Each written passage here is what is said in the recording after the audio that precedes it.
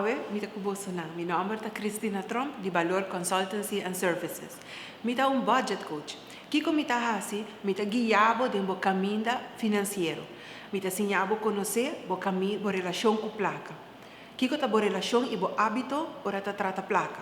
E também, manema bisa, mita guiabo, mita tene bo man de caminho financeiro. Bota vai trabalhar o plano, bota ajustar o plano, tu recei a me ajudar a com ele. Awe, mita vai papia cubo de biba cubo realidade.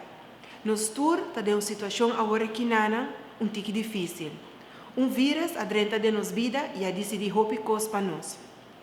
Hopi cambio também é treze com ele. Coisa que eigenlijk ora anha a abrir, nós não a pensa que nós também passa a dentro. A situação aqui tá pone que você vai sentir triste, rabiar, desapontar, coisa não tá cana maneiro quer. Pero a realidade tá lo que você tem que viver com ele. Se awe você não tem bom trabalho, ou por exemplo, você não tá gana lo que você tá gana normal, essa é a boa realidade. Para essa sempre você tem plano também, pero de uma boa mês para mim é tempo. Me também a chegar passa dentro, também as coisas que a crise a chega, anos estão atrás do caminho.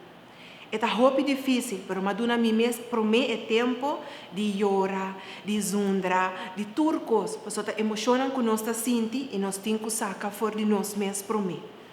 Depois de nana, nós também purba busca tranquilidade para assim a nana nós tortem o plano para seguir no futuro. Porque apesar de turcos que nós passa dentro, amanhã turcos não está outro, porque é coisa não direita para nós.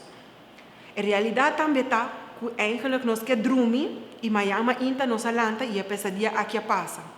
Por isso aí não está assim. Está toma tempo, isso está nos challenge de vida. Pensei, me quero corajado para você seguir bem adiante. Nunca give up. Seguir bem com a meta e trabalhar o plano. Que como também fazer depois que nós passa tudo isso aqui não. Como me pode melhorar mim mesmo. Se por exemplo me perde trabalho, que como me pode fazer para assim me por seguir bem adiante, para me toch lograr trabalho. Pero mesmo coisa também com a meta financeiro. Passou mais que você não tinha placa, ou o salário está menos, o mês de por sa, que a entrada também está depois de tempo. Ou se você está ganhando uma mudança atual, onde você também põe a prioridade. Não. Isso é sumamente importante para a work e sempre de vida. Plano.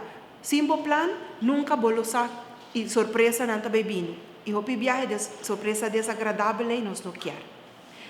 Viagem mais, me quer motivar você a trazer plano e para que rato na bom mês.